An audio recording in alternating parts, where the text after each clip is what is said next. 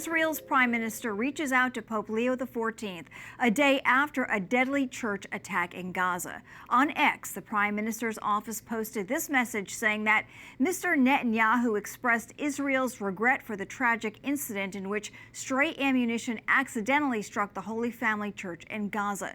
This comes as world leaders all decry the attack that killed 3 civilians on the church grounds.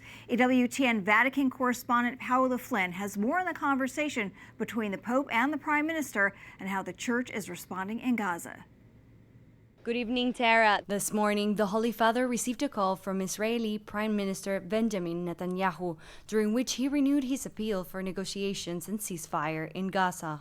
The Holy Father once again expressed his concern over the dramatic humanitarian situation of the population in Gaza, for which he said children, the elderly and the sick are paying the heartbreaking cost. According to a Vatican statement, the Holy Father also reiterated the urgency of protecting places of worship and above all the faithful and all people in Palestine and Israel. Earlier in the day, the Pope also called Cardinal Pierbattista Pizzaballa, the Latin Patriarch of Jerusalem, to express his closeness, care, prayer, support and desire to do everything possible to achieve an end to this tragedy. Cardinal Pizzaballa had visited the parish earlier in the morning today, along with the Greek Orthodox Patriarch Theophilos III, to stand alongside those affected by recent events, according to a statement from the Latin Patriarchate of Jerusalem.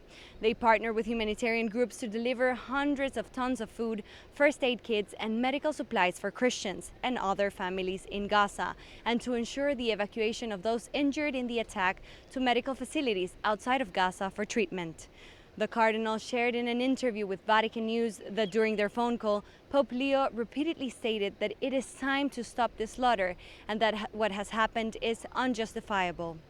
Caritas Jerusalem staff in Gaza stressed that the warnings of Father Romanelli, the parish priest who was injured in the attack and had been pushing everyone to stay inside due to escalating danger, helped save lives. The organization explained that if Father Gabriel Romanelli hadn't warned them to stay indoors, they could have lost 50 to 60 people on that day, and it would have been a massacre.